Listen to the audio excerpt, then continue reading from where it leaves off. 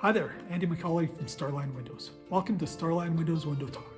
Today we'll be flipping the script somewhat as the interviewer becomes the interviewee. I'll be sitting down with Okanagan branch manager Tony Bonis to get his insight into the past, present, and future. We'll talk about his humble beginnings with Starline, where we are now, and what he sees lying ahead. Welcome, Tony. Thanks for coming in today, and it's going to be really nice to have this discussion. I kind of feel that this has been a long time in coming. We've talked about this for quite a while, sitting down and just talking about your story and Starline's story. So great. Let's get into it. Yeah, for sure. Sounds good. When did you become a Starline employee? It was back in the summer of 1986. I was ready for the summer of Tony back in the day. I was 14 years old, growing up in Prince George. And I was getting ready to play with my friends, I'll never forget. And then my mom just said, "Hey, Antonio, you're going to go work tomorrow." I'm like, "Okay, where?" "You're going down to Langley." I'm like, "What?" So she threw me on a Greyhound bus by myself with a carry-on, 14 years old, by myself, overnight from Prince George to Langley. And of course, I'm just kind of nervous and scared being 14. Never been on a bus by myself like that, especially going that far. And so overnight got picked up at the Langley Greyhound Depot in downtown Langley by my sister, Mary. And right away she picked me up. Basically a short little hello, how was your ride? I'm like, I slept most of the way. And she took me to the factory, the Starline Windows factory that was located back in the day on Production Way. Yeah, I know that one. Yeah, in Langley, downtown Langley. So the crew was already working, so it must have been like 8 or 9 o'clock in the morning. Yeah, I'll never forget. I was just following her into the back shop. She didn't go through reception or anything, just right to the back shop, right by the big door, and walked up to the plant foreman of the day. His name was Ed Lindell. Yeah. And he was ripping flanges off of some aluminum extrusion because we were just making aluminum windows back then. Right. Yeah, right. Yeah, that's right. It was a while ago. Yeah, she tapped him on the shoulder and he turned the saw off and saying, "This is my little brother, put him to work."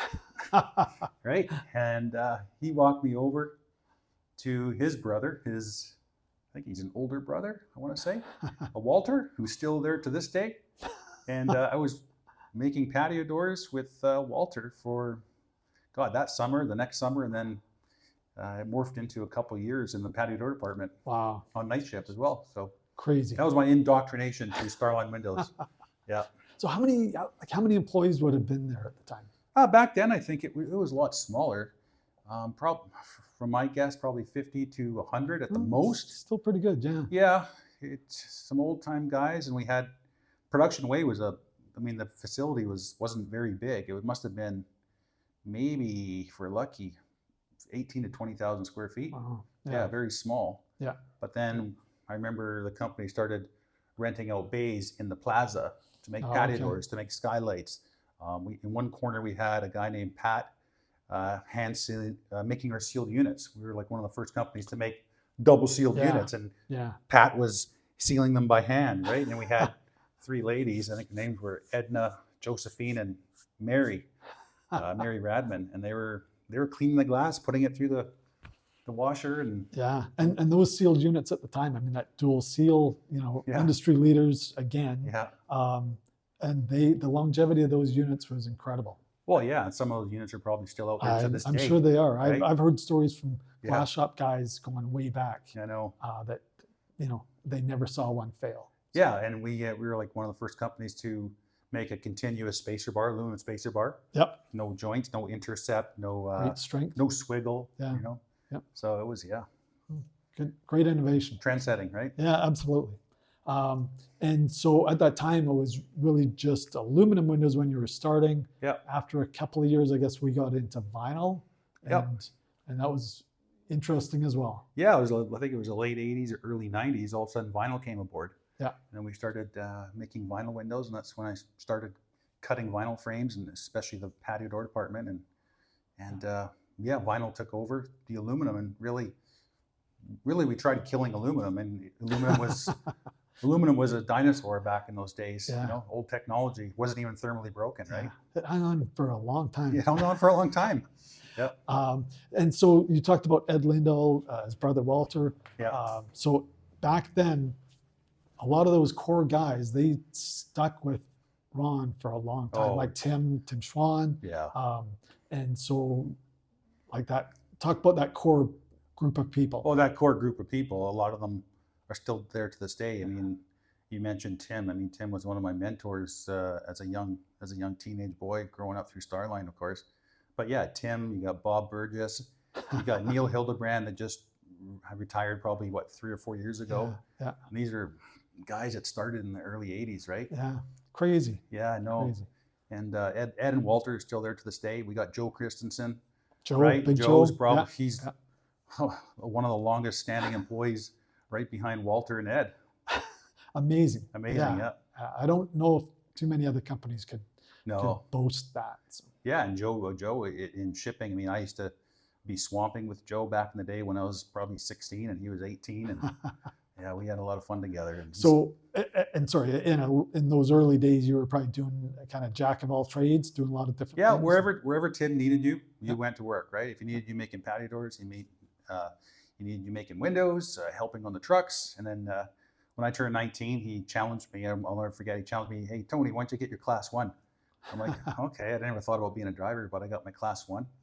And Tim's probably one of the best motivators that I know in any construction company. And he challenged me to get it on the worst truck that we had.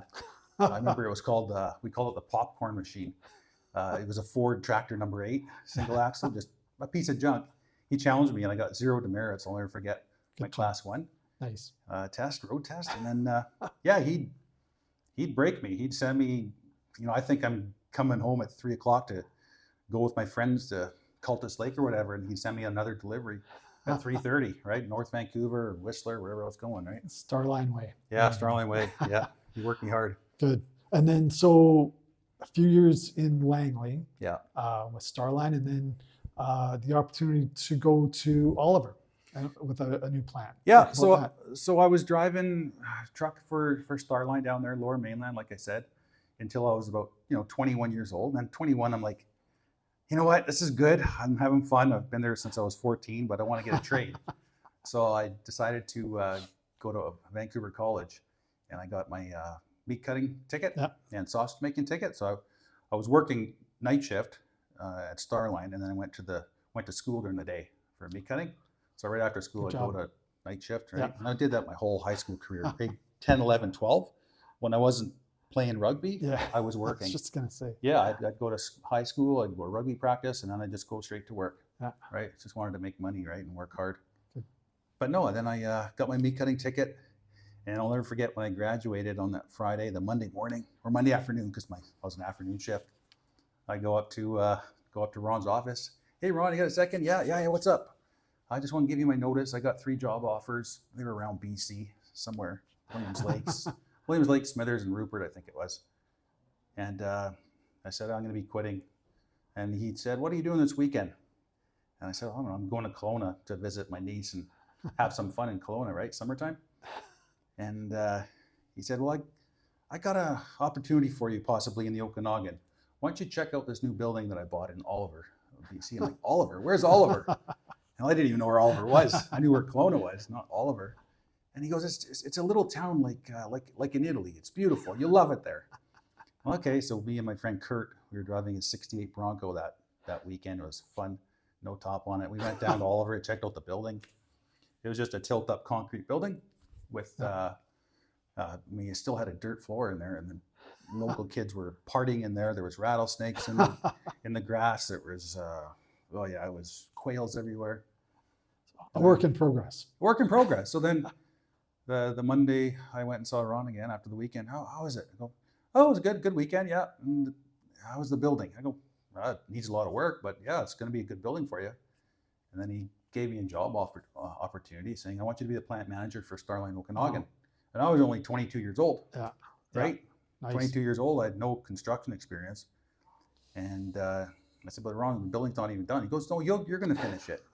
I'm like, okay, I don't know nothing about it. And then he picked up a brick cell phone. It was on his desk. Yeah. He goes, here, take this. And on the side of it, with a big felt pen, had the numbers of the phone, 498-7897. I'll never forget. And he says, take this, and you're going to finish the building for me first. And I go, okay. He goes, if you ever got a question, you call me first. And if I don't answer, call Tim, and we'll walk you through it. So at the age of 22, 23, I was a project manager, construction manager, right? Learning it hands-on. Good job. The best training ever. So. And so eventually that building got up and running. We had staff down there. And we still, at that time, would have the sales office in Kelowna. Yeah. So the windows were made in Langley and yeah. then shipped up to Oliver. And then what Yeah, what was the process? Once I got the building all finished and paved and everything else ready, we transferred a couple of individuals from head office to work with me. Okay. I hired a great shipper. His name was Rocky. Oh, yeah, and this is 1994, September, when this all happened, September of 94, and then into January of 1995. And so we got our team assembled there, and we did good. And we had the sales office in Kelowna, where you were working out of, right? Absolutely. With some colleagues of ours. Yeah. And then we started shipping windows from the whole Princeton Highway all the way to Oliver, and then me and Rocky would take care of getting them to sites, whether they're in a Soyuz to Shoe Swap, Kelowna. I mean, our biggest market was Kelowna and West Bank at the time, right?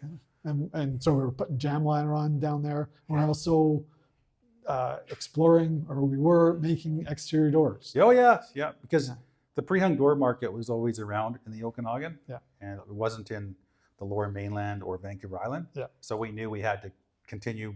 If we wanted to be successful in the market, we had to have a door system, pre-hung door system. So we tried, we dabbled and bought them for a while, and but then we said, oh, let's make our own. So we made our own for a few years. We actually did pretty good. We had a guy came from a reputable door company, worked for us for a few years. Yeah. So it went very well. But eventually we ended up just getting them from local Kelowna guys. Yeah. Done very well for us. Yeah. Great. And so spent a few years. How many years did you spend in Oliver then? We were there from 94 to 99. And 1999 came along, and we basically outgrew, not outgrew, but I basically told Mr. Martini that it was most of our work was in the Okanagan, like Central Okanagan, Kelowna and West Kelowna. Yeah. And we were paying, it was costing us from delivering from Oliver all the way there, an hour and a half drive each way. So 3 hours. It didn't make sense. So he said, okay, fine. Let's go find a building in Oliver, or not Oliver, in Kelowna to rent for now. Yeah. And we'll take it play it by ear. So then I went to, I found a building while I was doing deliveries. I stopped into this building that was for rent. It was on Powwick Road. Yeah, Powwick Road. And I went there and I saw the old guy that was there. I say old guy. He was only 62, but his name was Fred Molzan, and he was the last man standing at the window company that had a for lease sign. The company folded that he was working for a long time, actually. Yeah. And Freddie showed me the building, and it was like 6,000 square feet, I think it was, with a terrible two loading bays and one grade level entry loading dock in the back. And I told Ron about it, and he said, okay, sign the deal, this and that. And I said, hey, by the way, there's a good salesman here you might want to hire. He's 62. He says he's got a few years left. A few years. Yeah, a few years left, like maybe 65. And okay. So Ron sent up the sales manager at the time, and he hired him. And Freddie ended up retiring with us here in 2019, 20 years later. So at the age of 82, and he's a legend in Kelowna.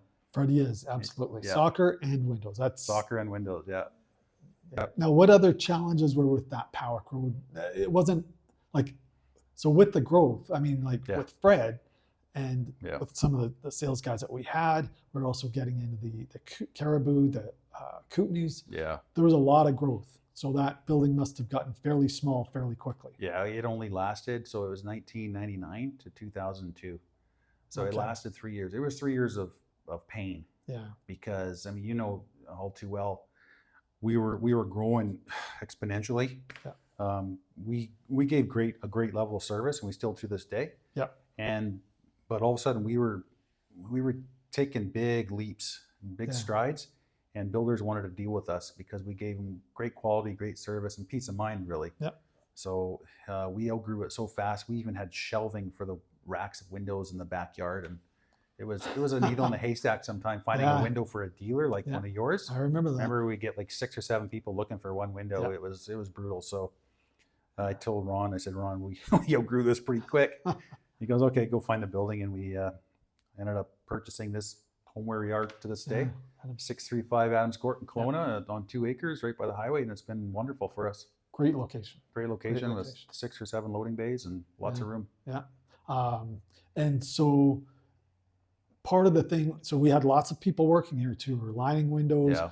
I think we probably had one of the largest staffs that we've had in the Okanagan during that period of time. So that brought some challenges on managing all these people. But in the end, you developed some systems, DEFCON 4. Yeah. We had a night shift. We did lockouts. So we'll just talk about some of the processes that you put in place. Yeah. So the windows and doors back in the day always had to, like in the Okanagan market, had to have a jam liner on them, or for a 2x6 wall. It came from the old Alberta days. Yeah. Right. Lower Mainland was always drywall return. Yeah. So we had a lining department here with 2 or 3 tables being going. We'd be lining windows like crazy all day and all night sometimes. Yeah. Because we were growing so much.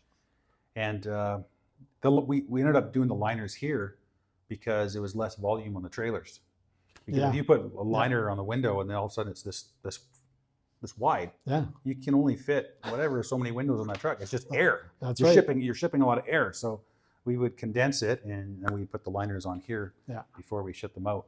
Yeah. So challenges with people? No, we always had good people. There's a lot of good people back then to find. It's getting harder nowadays to find good people to work, right? Yeah, that's right.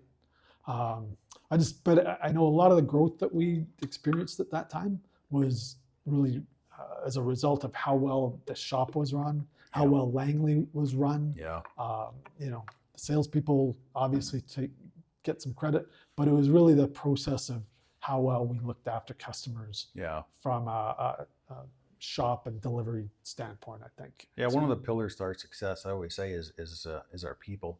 Yeah. We've always had some wonderful people in the company, and not just at this branch, but head office, of course. So many pillars down there, and then of course Vancouver Island branches do very well in Lanceville and Victoria. It's all about the people, right? Yeah, absolutely. And so in 2006, I think it was. Yeah. It was time to take on a larger role here with us. Yeah, so before 2006, I was just basically a plant manager, shipper, receiver, everything, that kind of stuff. 2006, an opportunity came up for me to kind of take the reins. And, I learned a lot those early days from, older guys like Freddie, of course.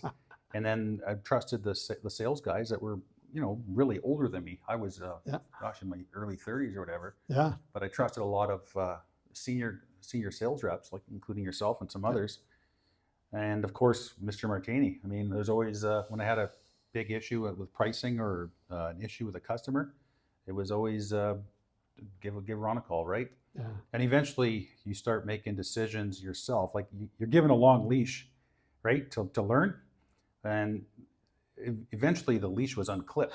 That's right. And once you unclip the leash, I was free to go. That means they trusted me, right? Yeah, absolutely. So, and trust is it's a two-way street. So yeah, it was a very good system we had. Yeah.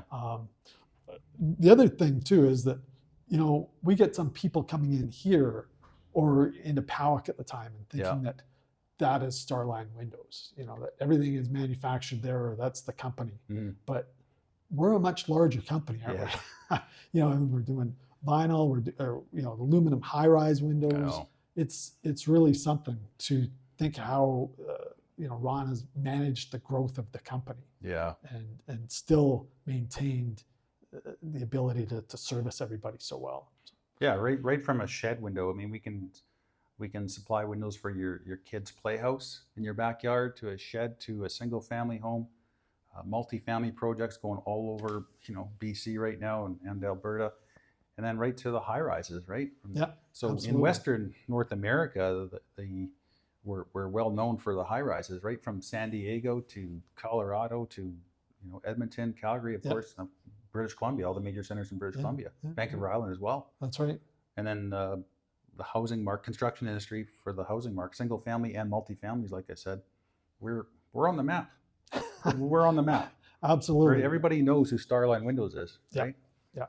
And so during that growth phase, obviously some challenges, but we've kind of gone through that, and now we're kind of moving into a different phase of step code, triple glazing, larger windows. Yeah. Governments are mandating for homes to be a lot tighter, more energy efficient, which makes sense, right? Yep. There's a little bit of overkill in some instances, to be honest. They want windows to produce to be as thermally efficient as almost like a insulated wall, which is very difficult to do when you have 3 millimeters on 4 millimeters and a ½ inch or 3/4 inch airspace. It's glass. It'll never be as good as an insulated wall. That's right. But all us window manufacturers have to get the best glass we can get our hands on. The best framing materials and the best insulated spacer bars, whatever it is. Yeah, absolutely. Right. And so with that, like the product improvements that we've seen, so triple glazing, extra low E coatings has been very good. So that's on the window side. On the door side, we've really kind of stepped up with our patio door systems. Yeah, our general manager, Terry Vipon, he's brilliant, of course, and he's been spearheading the new upgrades that we're on our door systems. So not only our swing doors, which we're very successful with, our old 2500 series, but now it's a 3500 series, and it's energy efficient and bomb proof and almost burglar proof. And we had some instances where their forced entry was tried and they couldn't get in. Even our building here, we have one in just behind the camera here, and they couldn't get in. Fantastic. Amazing. But no, Terry's been spearheading our new 3800 series door, which is a compression slider. That's beautiful. Yeah, it's you can make it up to 16 feet by 8 feet, 9 feet. We'll say maybe on special request. But no, it's he's advancing our products, not just the door products, but constantly looking at R&D on the window side too. Yeah, because like you said, step code. We have to make windows and doors perform better. That's right, but still be functional. Right? Still be functional. And Terry's just done a great job of that. Yeah, exactly. Okay, so with the larger, heavier windows and doors that we're talking about, that posed an issue on our delivery systems. So the drivers were getting their backs broken. Oh yeah, I mean I'm still sore from my old days. Me and Joe are sore from the old days, lifting 6068 patio doors by ourselves and 604 windows. But now these guys that we have in the last 10, 12 years are lifting 12080 doors. They're lifting windows that are 8x5 as a standard for a master great room or something. So the window 6 feet tall and stuff. Those were unheard of back in the day. So I don't want to say I took all credit for it, but I was watching the local home building centers here in town. Yeah. There's 3 of them in town, and they all had these kind of flat deck 10-ton trucks with a forklift on the back called a Moffett. Yep. And I've never seen them deliver windows with them, but I saw them delivering lumber and trusses and lumber packages and stuff. And then I talked to head office, and I told them, look, we could do this with our windows, and we ended up getting, I think, 3 or 4 of those trucks now. They're within we have one here, we have 1 or 2 on the island, and we have 1 or 2, I think, in head office. And it just makes the work a lot easier on our drivers and swampers now, because once you get to a job site, you just undo the forklift, take it off, take the rack off. You can bring it right to a job site. Yeah, right up to the home, almost right to the opening. And sometimes our guys bring it right to the back of the house, where it's say a walkout rancher. Or with the view, and the big patio doors are right by the openings, right? Hard to imagine the way we were doing it. The old days, up and down a ramp like this, flexing the door and the window coming down a ramp. Yeah, I know.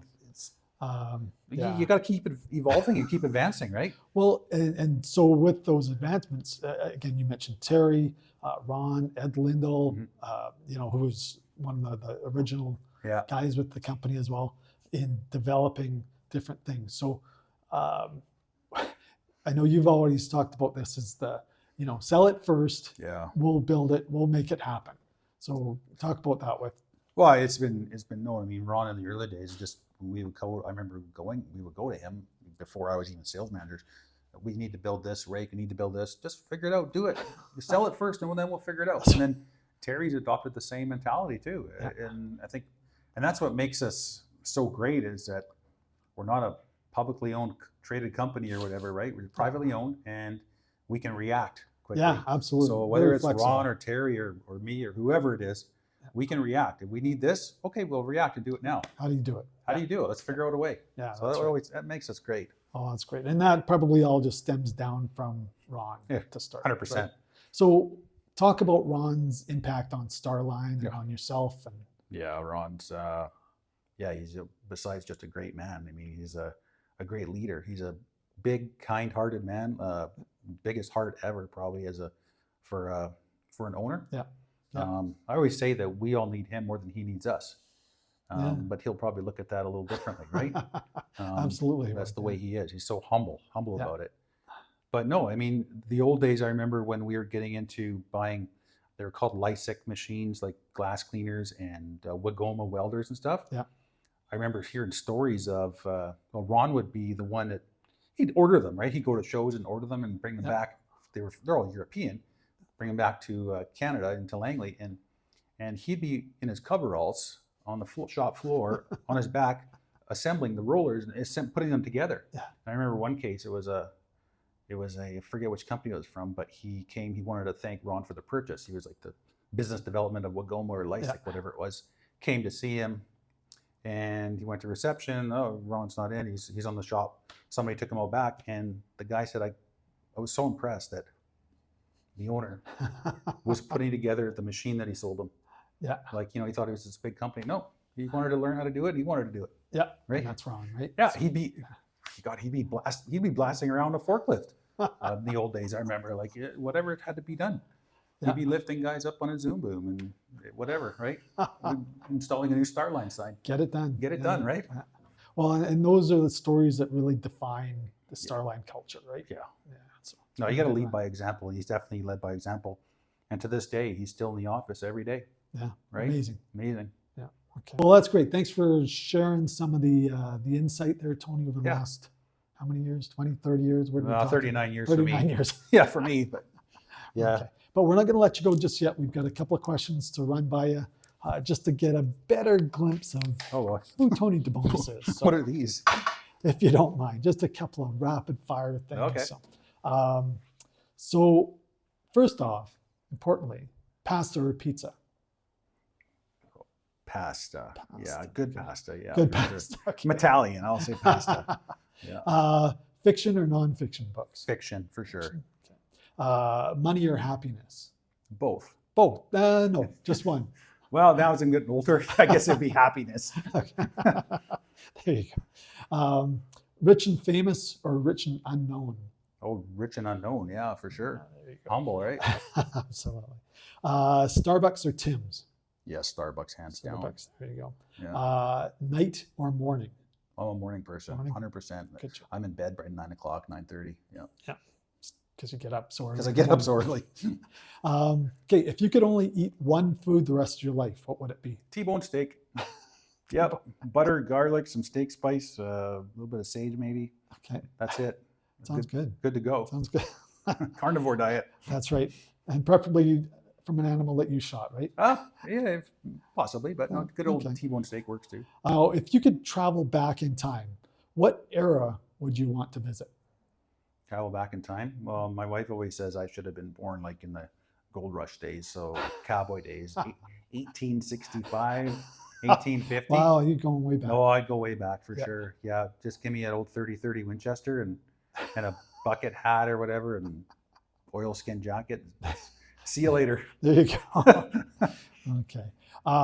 What's your favorite pro sports team? Oh, Montreal Canadiens, 100%. All right. Yeah, hands down. So obviously you've been a Canadiens fan since you were Since a I little was boy. old enough, I only had remember Saturday nights. Oh yeah, yeah. You only had two choices. That's There was right. either the red or red, white, and blue, or the blue and white. And That's right. I will never cheer for Toronto, so it was always Montreal Canadiens, and they were winning when I was being exposed to them. So of course they Yeah, become, that's right. So they became my back in team. the 70s. Yeah, when I they won guess, 4 right? straight. Yeah, So that's I right. was like, yeah, Montreal. Yeah. And you know what? Mark my words, they're going to be the first Canadian team since the last Canadian team to win the Stanley Cup, which was Yeah. them in 1993. Tough to bet against that. Yeah, so let's go There you Habs. go. And I know you and I have talked about this in the past. Sidney Crosby is a big, or you're a big fan of Sidney Best Crosby. leader in the NHL. Yeah. What And makes him a great leader? just his work ethic Yeah. on and off the ice. He's, you know, what is he, 39 years old now or something? And he's practicing like he still has to make the team. Like, That's a good way to put it. yeah, he's a machine. Yeah. And he's just a great leader. I mean, he's hands down the best leader in the NHL. He'll be the captain of Team Canada, of course. It's not even a question. Yeah, there's a few people out there that do wear a C that haven't gotten that message they yet. shouldn't really have earned a C. Yeah. So what's been your favorite age so far? I would say my 30s. So 30s, I was, they were fun. I could hike any mountain I wanted to. Yeah. I just love my 30s. Carefree. Good Carefree, yeah. What's the funniest nickname that someone has ever given you or you gave to someone else? I've never heard of one for me. Maybe they haven't shared that with me. Hey, just go ask the guys in the back. Yeah, bossy or whatever, but maybe no. No, Half Day Ray. Half Day Ray. And the old guys at Starline remember this guy. His name was Ray McCarthy. And I was a teenager back then working. And I'll never forget Ray. He drove us like a 69 Duster, jacked up in the back. And he used to do burnouts out of the production way.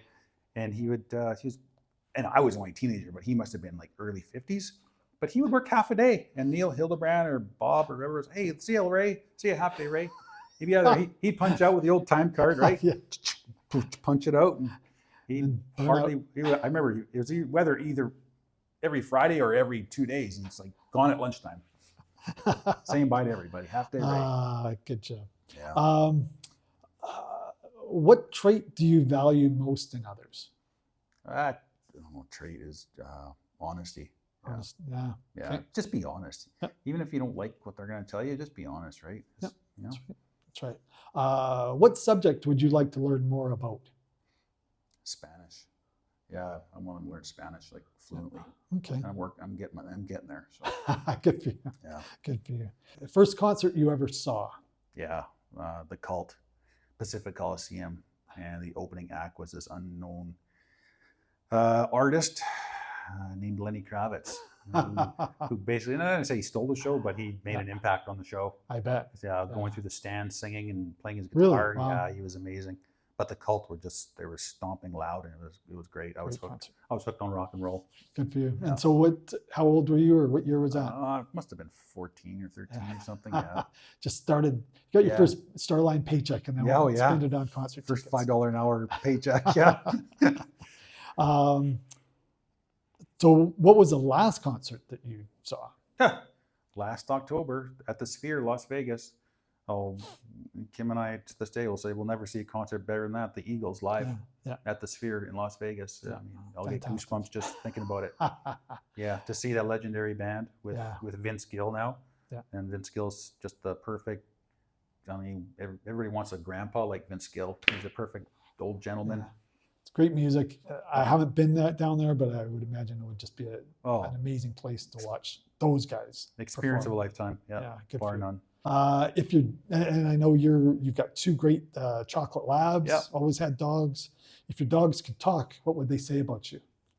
We can't wait for Papa to get home. They're pretty happy to see you in the afternoon. They're just adorable sweethearts. Yeah, they can't wait for me to get home. Good. And this was kind of an odd one, but one of your drivers ever gotten locked in the trailer? Yeah, that's a funny story. Yeah, back in Powick Road, those Powick Road days, I had a driver named Baljeet. Yeah, great guy, Superman actually. And the Swamper, I'll leave his last name out of it, but his first name was Mike. And Powick Road was small. Avalon Party Rentals rents the building now. You probably know where it is. But yeah, the truck was loaded. They pulled out and they have to pull around back into the parking lot just so they can close the doors because there's no room on Powick Road. Yeah. So they park right in front of the showroom, pull the brakes. And the Swamper's job is always to close the doors on the trailer, whether you're getting ready to leave or you're getting ready to unload or open the doors when you get to a job site, right? Yeah. So anyways, Baljeet pulls out and Mike was in the shop, whatever, and the truck pulled out. So he just runs outside and he closes the barn doors like this. Anyways, he goes back in the shop, whatever, goes to fill his water bottle or whatever. An hour goes by, the truck's still idling out front there. I'm like, what the heck? Why are they still here? Anyways, I go track down Mike. I'm like, Mike, why are you guys still here? He goes, I can't find Baljeet. I go, did you look upstairs in the screen department? He goes, I'll go look now. He's not up there. Did you check the bathroom? He goes and checks the bathroom. He's not in the bathroom. This is about an hour and a half, almost 2 hours later. I'm like, Mike, did you lock him in the trailer? He goes, no. No. I go, come with me. We walk outside the man door, and the truck is idling. It's a Volvo tractor number 18 is idling. It's hot. It was like 35 degrees, summertime in Kelowna. And I said, open the doors of the trailer. He goes, okay. He grabs the two levers and opens the right door. And there's Baljeet sitting on a blue rack of full of windows with a 2x4, about this big. And he's sweating on his brow. And he said, did you not know I was in there? It's like a dumb question, but it's funny, right? Did you not know I was in there? So he was banging the wall of the trailer with the 2x4. He didn't want to hit anybody. Attention. Yeah, he didn't want to hit anybody. He was trying to make noise. But the engine idling was drowned out, and the highway was so close to us, right? You couldn't hear anything. So aside from those swampers duties, one of them should have been make sure that there's no driver locked in. Yeah, you think so? Yeah. For some reason, Baljeet went in there to, double check a load or something, whatever it was. But yeah, that's the funniest story I've had with a driver in swampers. That's great. Yeah. Before we get to the final question, Tony, I need to acknowledge the fact that you became a published author in the last year. Yeah. So can you talk about your book, You Can't Get Him From Home? Yeah, thanks for that, Andy. Humbled that you're asking me, actually. Last October, I got my first ever book published. It's a kind of a journal of all my hunting stories, or some of them anyways, I should say. Going back to the early days, 1977, and my first ever hunt back in 1979. So It's done good. It's a Friesen Press bestseller. You can't get it from home. You can find it on my website, tonythebonis.com. Yeah, a lot of funny stories, and the best ones are, of course, with my father and I. I got more stories I could actually put into another book. So we're talking about volume 2. This is a bit of a leak. I think we might have to have a volume 2. The first book I could have called it "Don't Tell Mom," because me and my dad had so many stories that it always ended "Don't tell Mom," right? Well, let's get into it. I'll even give you 2 just because I know you've got so many, but give us some of your best hunting memories. Well, best hunting memories, I mean, just with my dad, of course. I mean, taking my kids out when they're young is super special too, but I hope that they think that me taking them out when they're young is special. Maybe they'll get that one day. But no, my dad took me out hunting and all these crazy adventures. There's too many to list, but I remember getting knocked out by a shotgun at the age of 10, and he carried me probably 2-3 miles back to the truck, carrying his rifle, his shotgun, and his 10-year-old son. And I remember waking up, hitting my head against my window of my dad's truck. Put the visor down and looked in the mirror. I had 2 black eyes, swollen shut. And what did he say? He said, "You okay?" I'm like, "Yeah." He goes, "Tell Mom you fell." That was my dad. So, okay. Because God forbid. And carry on. Yeah. Okay. No. And so what was the pinnacle of your hunting? I know you've kind of talked about this before, but pinnacle of my hunting is as any hunter knows, or mountain hunter knows, is getting a mountain sheep, actually. Yeah. So I always say they're like Stanley Cups. Because nobody knows the trials and tribulations you have to go through to get a mountain sheep off a mountain, let alone find them. Fight bugs, fight stream crossings, carry this animal on your back all the way back to the highway or to a float plane, wherever you're going, and fighting off grizzly bears or whatever it is. So people say, "Oh, did you have fun? Did you catch one?" It's like, yeah, we had fun. We caught one, yeah. And honestly, I've heard the stories, but I know that I can't appreciate what. Yeah, no, it's hard to convey. So I always say they're like my Stanley Cups, because it's a hard-earned battle, spring battle. Yeah. 7-game series, double overtime. So Well, that's fantastic. Yeah. What life lesson took you a long time to learn? Is life lesson, I would say, don't react too quickly, because sometimes the issue or the problem will go away by itself. Yeah. And Yeah. you've talked to us a lot Yeah. about that. I mean, Yeah. it's what everybody needs to learn. Yeah. Don't jump. Don't be quick to respond. Don't be quick to get involved and stick your nose into something, because 9 times out of 10 it's going to work itself out by itself, or it's going to go away. Yeah. You know. Okay. Well, thanks for sitting down with us today, No, Tony, thanks, Andy. and sharing a bit of your story and having fun with some of these questions. Yeah, and, no. it was great. I appreciate you doing Thanks, the man. interview. Thank you All very right. much. All Thank right, you, take Andy. care.